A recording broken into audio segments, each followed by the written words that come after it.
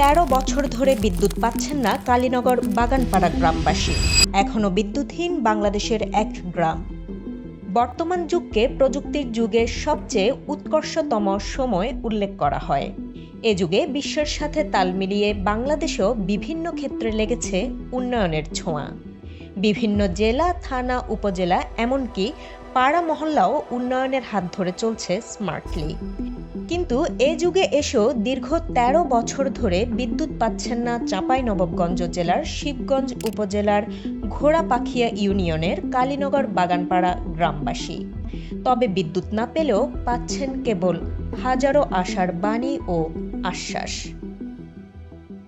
আমাদের এখানে গত ১৩ বছর ধরে বিদ্যুৎ নাই। তো আমরা মেম্বার, চেয়ারম্যান, ডিসি অফিস সব জায়গায় গেছি, কিন্তু আমাদের কেউ পাত্তা দেয় না, কেউ গুরুত্ব দেয় না। আমরা শহরের কাছে গেছি, আমরা অন্ধকারের ভিতরে আছি ১৩ বছর ধরে। তারা বলছেন, যখন নির্বাচন আসে তখন ইউপি সদস্য, চেয়ারম্যান এবং এমপি গ্রামবাসীকে প্রতিশ্রুতি দেন যে এ থেকে তাদেরকে পরিত্রাণ দিবেন, কিন্তু যখন নির্বাচন চলে যায় তখন তাদের আর খোঁজ খবর নেন না বলে দাবি জানান গ্রামবাসী। আমরা একটা আবেদন করেছিলাম শিবগঞ্জ উপজেলা নির্বাহী অফিসার আবুল হায়াতের মাধ্যমে আবেদনটা করার পর তিনি অতি দ্রুত একটা পদক্ষেপ নিয়েছিলেন। তারপর তিনি বদলি হয়ে যান, এটা একটা কারণে, নির্বাচনী কারণে। তারপর থেকে এই বিষয়টা আমাদের স্থগিত আছে। আমরা চাই যে বাংলাদেশে 100% যদি বিদ্যুৎ থাকতে পারে তাহলে আমাদের এখানে কেন বিদ্যুৎবিহীন, এই প্রশ্নের জবাব আমরা চাই। সর্বসাধারণ আমাদের এখানে 81টা বাড়িতে বিদ্যুৎবিহীন। শিবগঞ্জ থানার আবুল হায়াত নামে একজন সরকারি কর্মকর্তা এ ব্যাপারে পদক্ষেপ নিয়েছিলেন গ্রামবাসীদেরকে আলোর মুখ দেখাবেন বলে, কিন্তু তিনি অন্য জায়গায় বদলি হওয়ার কারণে তাও বাস্তবায়ন করতে পারেননি বলে জানা যায়। অন্যদিকে প্রশাসন বলছে ভিন্ন কথা। বিগত 15 বছর থেকে আমরা কারেন্ট পাচ্ছি না।